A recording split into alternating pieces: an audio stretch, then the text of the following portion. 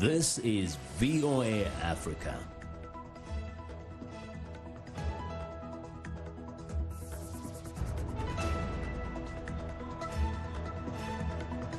Good evening, I'm Esther Githu. It's Tuesday, November 26th. This is Africa 54. Zimbabwe's troubled healthcare system is having a major impact on some pregnant women. A Ugandan man uses the game of chess to mentor young people and help them escape slum life. And addressing the challenges of lack of access to radiology in Africa.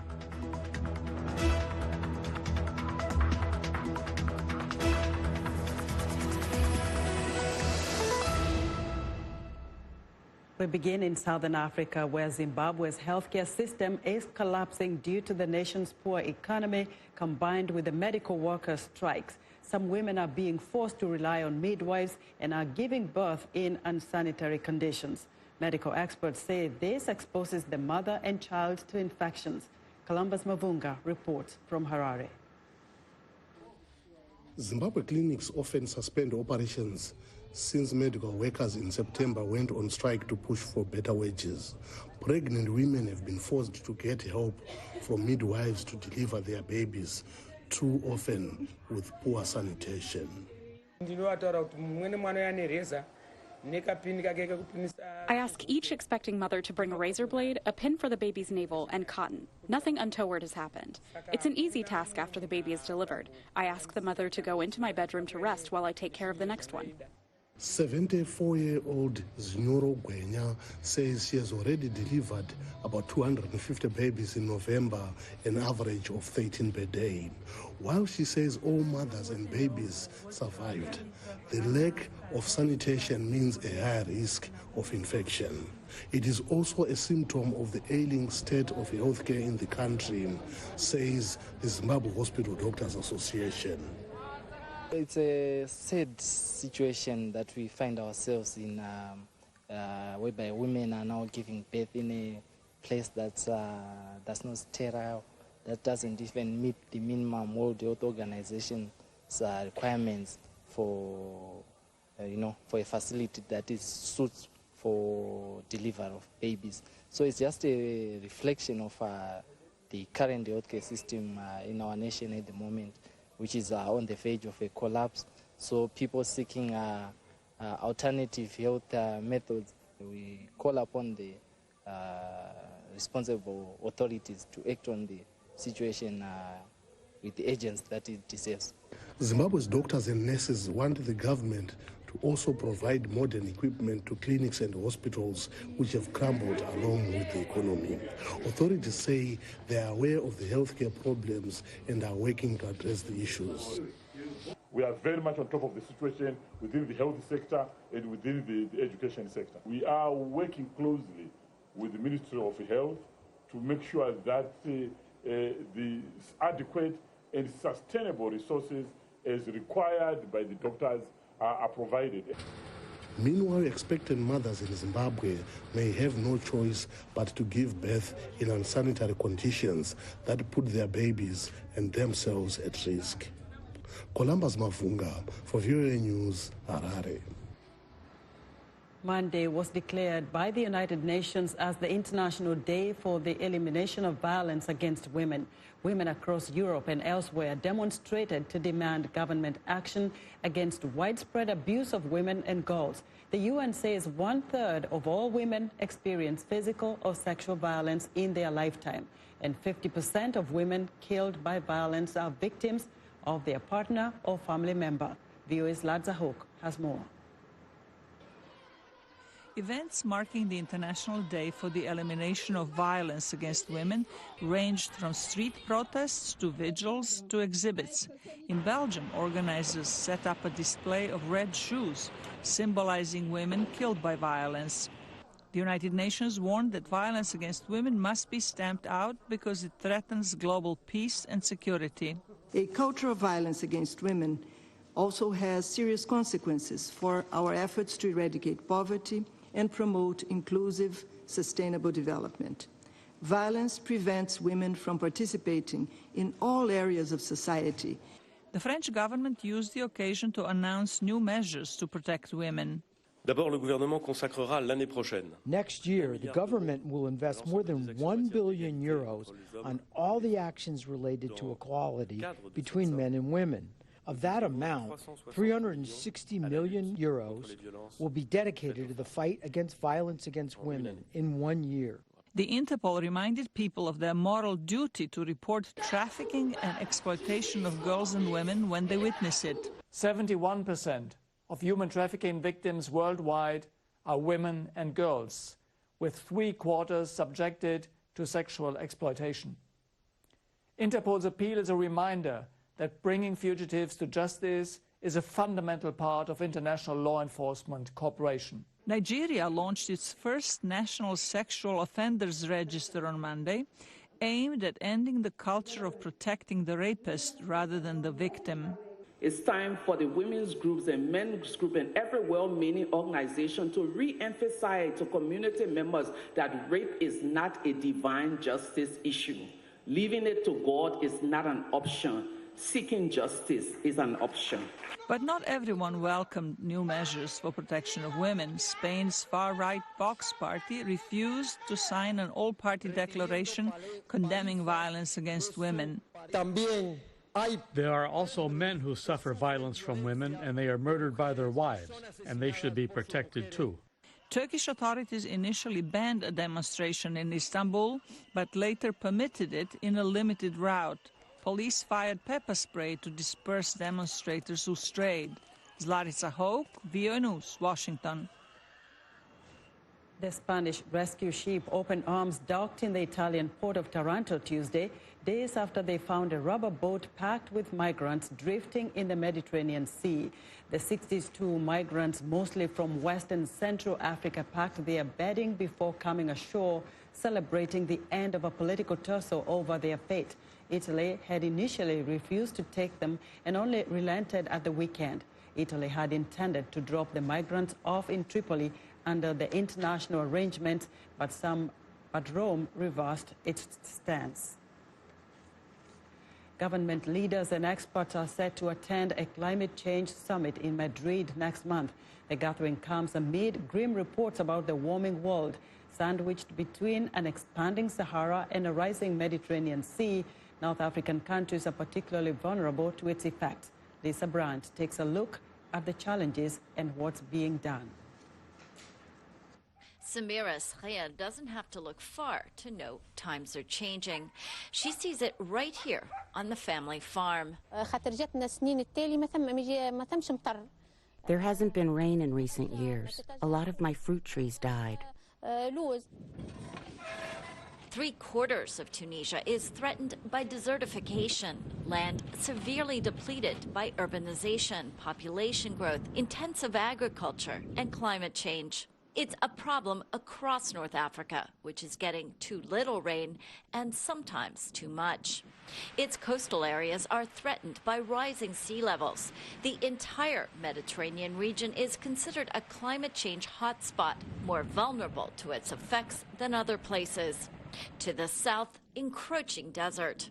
South of the Sahara, a group of Sahel countries have launched an ambitious Great Green Wall initiative to plant hardy trees and grasses to fight desertification. Donc le but, c'est de replanter des arbres.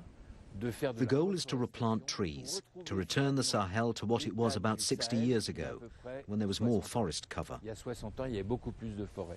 Boetch believes a similar regional initiative could also take root north of the Sahara. Bien sûr que ça peut marcher. Of course it can work, but the first problem is water.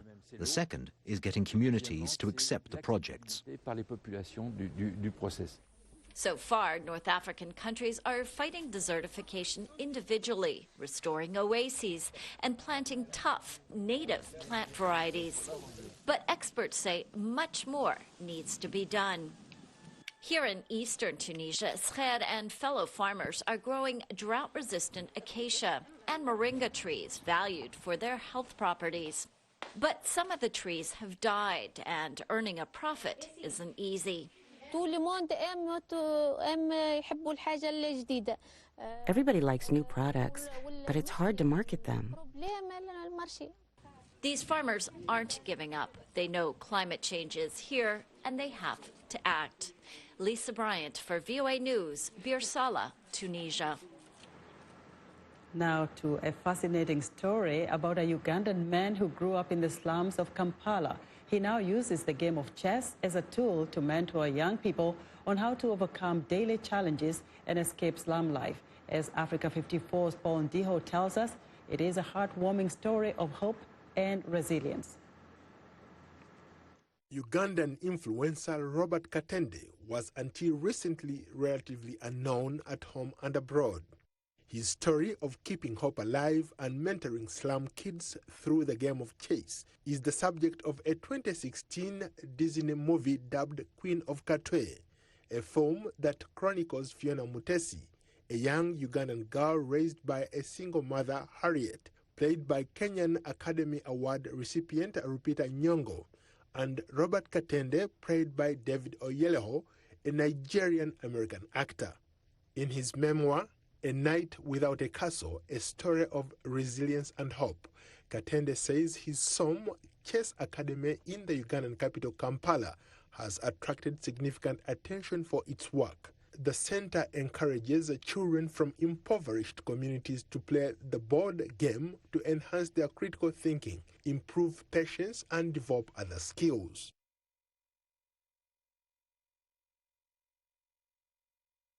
Given an opportunity to be self-reliant, to take personal decisions, to be accountable to their actions.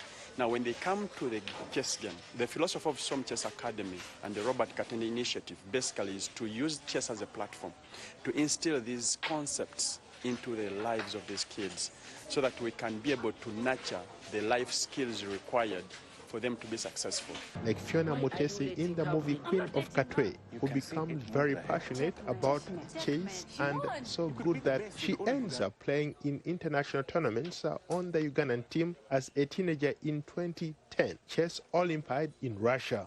Sharif Waswa Mbazira is making his mark too at the SOM Chess Academy. The 17-year-old says he always plays to win, and in 2018, his focus paid off when he won the bronze medal at the World Junior Chess Championship for the disabled in New Jersey, USA. He is the first Ugandan with a disability to represent the country in an international chess tournament. Before I started to play chess, at home they were not believing me. They were knowing I'm disabled completely. Like other people, they are going to go on load, begging money, so on. And for me, I said, okay, you believe what you know, but for me, I believe in myself.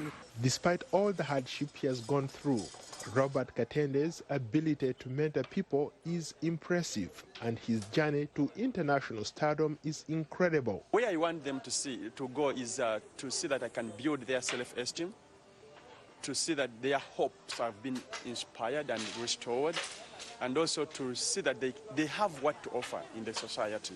Amos Mwesigwa, a chess player, is one of Robert's apprentices. If I keep playing chess, I become a chess master, I will have enough money to satisfy my needs, to buy a car, to build a house. Robert's success against all odds illuminates a situation many find difficult to imagine. But perhaps his life story will inspire you to achieve even greater things. Robert's work has caught the attention of world leaders, including Bill and Melinda Gates, as well as the Obama Foundation, where he serves as African ambassador. Paul Ndiho, VOA News, Washington. We're excited to hear what you think about Africa 54. Join the discussion on Facebook. The address is Africa 54. We're also streaming our broadcast live on Facebook. Please watch and share our show with your friends. Also, check out our headlines 24/7 on voaafrica.com. Still to come, what can be done to improve access to radiology on the continent? We'll be back.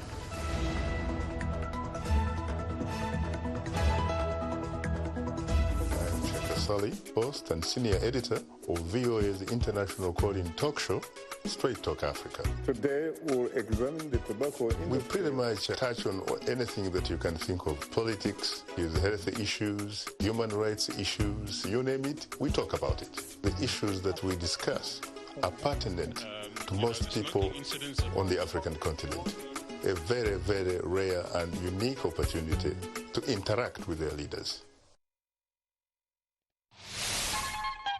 The lyrics could be French, English, Portuguese, Bantu, Arabic. It is the beat. The African beat that counts. The beat does all the translations. It cuts across all languages and gives us the understanding that this is the African beat. It is so distinct and adhesive. It binds us together. African Beat on the Voice of America. For more information, visit our website at www.voanews.com/AfricanBeat.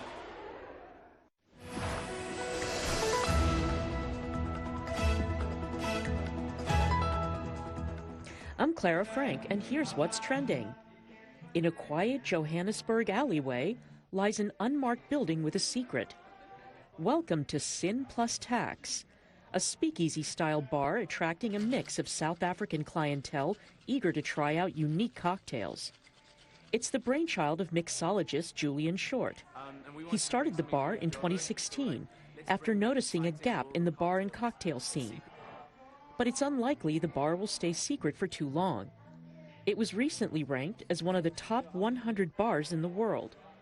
It's the first and only bar on the African continent to earn a spot on the prestigious list. Next up, thousands of people across Britain who can't speak depend on technology for their voices. I am over the moon because they both said yes. I am looking forward to hearing my own special voice. But often, their electronic voices don't represent who they are as a person, either in age, accent, or even gender. One charity in England is changing that by gathering voice donations and synthesizing appropriate voices for its students. The Find My Voice project puts out calls for voice donors to record their voices so that students can choose the voice they want. The whole circle was agitated. The wolves surged to meet him. Then the voice recordings are made and adapted for their communication device. It costs about €500 to make a single voice. And finally, superheroes, supervillains, and crowds of fans. Tokyo's 4th Comic-Con is looking like the biggest and best yet. Also in town for the event, big Hollywood names and cosplayers wanting to get a glimpse of their superheroes in the flesh. Besides the big names on stage, the convention offers plenty of booths and attractions for comic hero fans. The world's first Comic-Con was held in San Diego, California in 1970, originally paying homage to comic books and science fiction and fantasy-inspired films and TV. Since then, it's grown to encompass all forms of popular culture, with Comic-Cons now taking place all over the world. And that's what's trending today. A U.S. federal judge ruled late Monday that former White House counsel Donald McGahn must comply with a House subpoena for his testimony in the Trump impeachment inquiry. Judge Ketanji Brown Jackson says the president does not have the power to excuse McGahn or any other current or former White House officials from testifying. The Trump administration plans to appeal the ruling. Meanwhile, a lawyer for McGahn says he will comply with the House subpoena unless a court for the time being suspends the judgment until a ruling on the appeal. Others who have resisted testifying include Secretary of State Mike Pompeo, former National Security Advisor John Bolton, and Acting Chief of Staff Mick Mulvaney.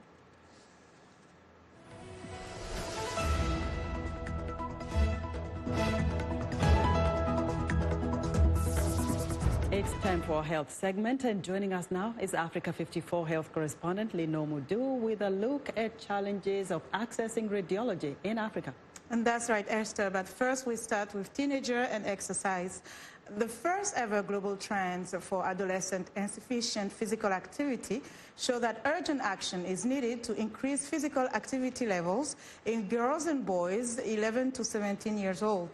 The study, published in the Lancet Child and Adolescent Health Journal and produced by researchers from the World Health Organization, finds that more than 80% of adolescent students worldwide did not meet current recommendations of at least 1 hour of physical activity per day, including 85% of girls and 78% of boys. The study, which is based on data reported by 1.6 million 11 to 17-year-old students, finds that across all 146 countries studied between 2001 and 2016, girls were less active than boys in all but 4 countries: Tonga, Samoa, Afghanistan, and Zambia. The authors say that levels of insufficient physical activity in adolescents continue to be extremely high, compromising their current and future health. The WHO has been really working to promote activity in this area and produced a very nice guide on the strategies and policies to be active. For this age group, I think the solutions are about promoting activities that appeal to young people, engaging them in determining what kind of activities they'd like to be doing, improving urban design to encourage the urban spaces that are needed for young people to be active, improving the security and safety so that young people can be outside. And then in schools, of course, for this age group, a lot could be done to promote physical activity in schools, physical education, or just opportunities throughout the school day for young people to try and get this 60 minutes of activity that's needed. And according to the report, the health benefits of a physically active lifestyle during adolescence include, among other things, improved cardiorespiratory and muscular fitness, positive impact on weight, cognitive development, and socializing. And many of these benefits may continue into adulthood. Now, radiology is recognized as a key component of modern healthcare. X-rays and CT scans are critical to diagnose and treat a variety of diseases.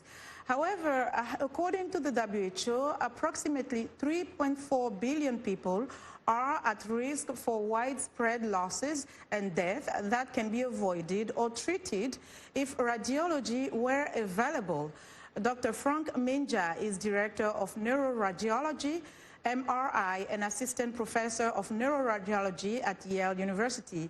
He discusses the challenges of access to radiology in Africa and how they can be addressed.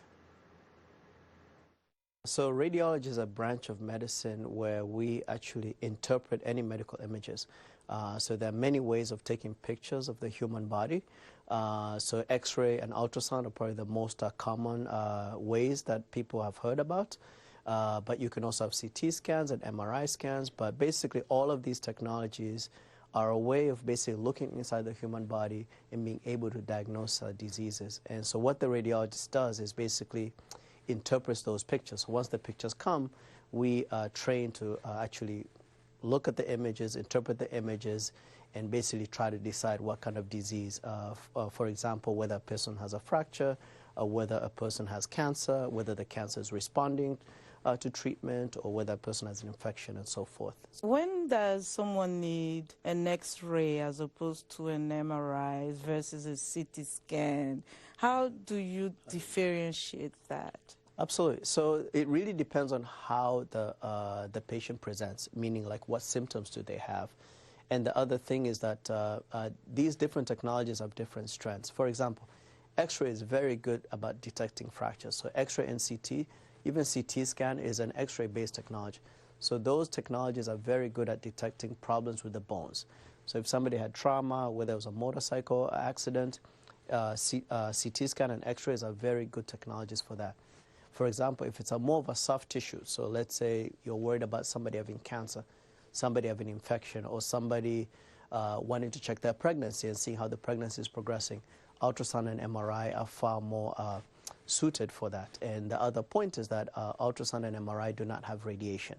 So when we're worried about exposing the patient to radiation, especially females who are pregnant or younger children, we'll prefer to do ultrasound and MRI and sort of spare them from using the radiation that is delivered by X-rays.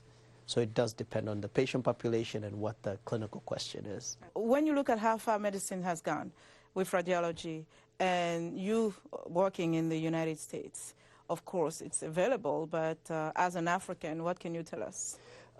So unfortunately, in the African context, things are still quite dire, and I would say that one, we were struggling a lot with the availability of the technology. So beyond X-rays and ultrasound, the CT scans and MRI scans are actually quite expensive, and so most countries, hospitals may not have the facility.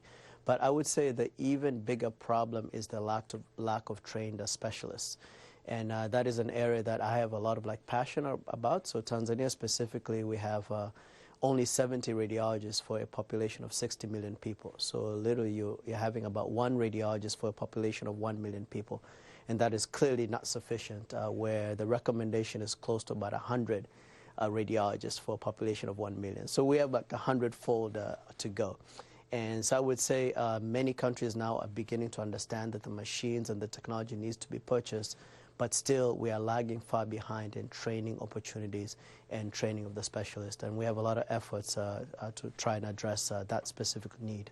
You studied to become a specialized radiologist, but is it something that you can train even a nurse to know the basics?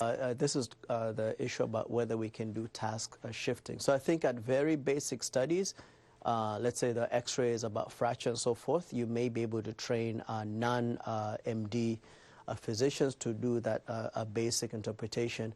But once we start to get into what we call cross-sectional imaging, which is the CT scans and MRIs, I think you need a certain level of expertise, and it wouldn't be helpful to train all medical cadres to interpret those images. And even here in the United States, where we have the capacity, they're still interpreted at a pretty high level, and people need the specialized training for it. So I think there is a role at the basic level, but once you start getting a little bit more advanced, I would advocate for more specialized training programs. What work are you trying to do in terms of bringing back to the continent, particularly in Tanzania?